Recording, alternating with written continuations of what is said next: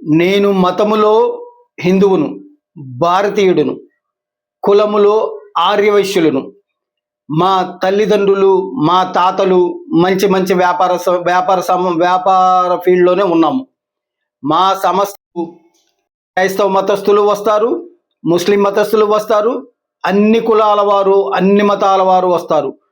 కానీ వాళ్ళెవరు మమ్మల్ని దూషించడం కానీ, మమ్మల్ని ద్వేషించడం కానీ చేయలేదు. మేము వాళ్ళను కులాల పేరున కానీ, మతాల పేరున కానీ దూషించడం కానీ ఏమీ చేయలేదు. సొంత అన్నదమ్ములుగా సమైక్యంగా సంతోషంగా ఇప్పటి వరకు నాకు 53 సంవత్సరాలు, నాకు ఊహ తెలిసిన కాడి నుంచి ఎవ్వరిని ఇంతవరకు వాళ్ళు ద్వేషించింది లేదు, దూషించింది లేదు. కానీ ఎక్కడో ఒకరు ఇద్దరు పొరపాట్లు చేసి ఉండొచ్చు. కానీ మన మన చట్టాలు, న్యాయాలు చాలా బలంగా ఉన్నాయి. వాళ్ళ మనల్ని దూషించిన వారి గురించి ఆ చట్టాలు, న్యాయాలు చూసుకుంటాయి. అంతేగాని వాళ్ళు దూషించిన వల్ల మొత్తం అందరినీ ద్వేషించడం కానీ, దూషించడం కానీ చేయకూడదు. ఇంతకు ముందు కానీ, ఇప్పుడు కానీ కాంగ్రెస్ ప్రభుత్వంలో కూడా ఏ హిందువులకి అన్యాయం జరగలేదు.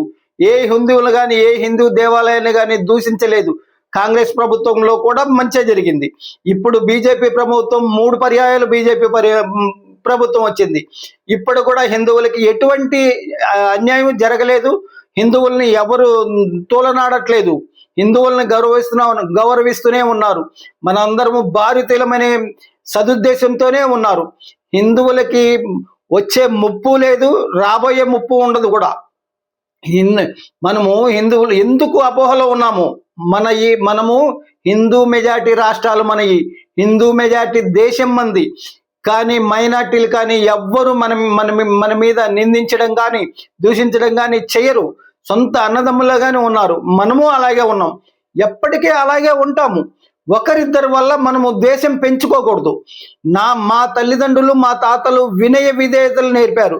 ఆ వినయ విధేయతలే అనుభవం కన్నా, ఏ ఆయుధం కన్నా, అన్ని ఆయుధాల కన్నా వినయ విధేయతలే బలమైనవి. మన రాష్ట్రానికి కానీ, మన దేశానికి కానీ వినయ విధేయతలే మనకు ఆయుధాలు. కాబట్టి రాజకీయ ఎన్నికల వేదికగా ఈ వీడియో ద్వారా తెలియజేస్తున్నాను. మై పెన్ పేపర్ అధినేత తాతా సుబ్రహ్మణ్యం, విజయవాడ, ఆంధ్రప్రదేశ్, భారత్. మిగిలిన విషయాలు రేపు మాట్లాడుకుందాం.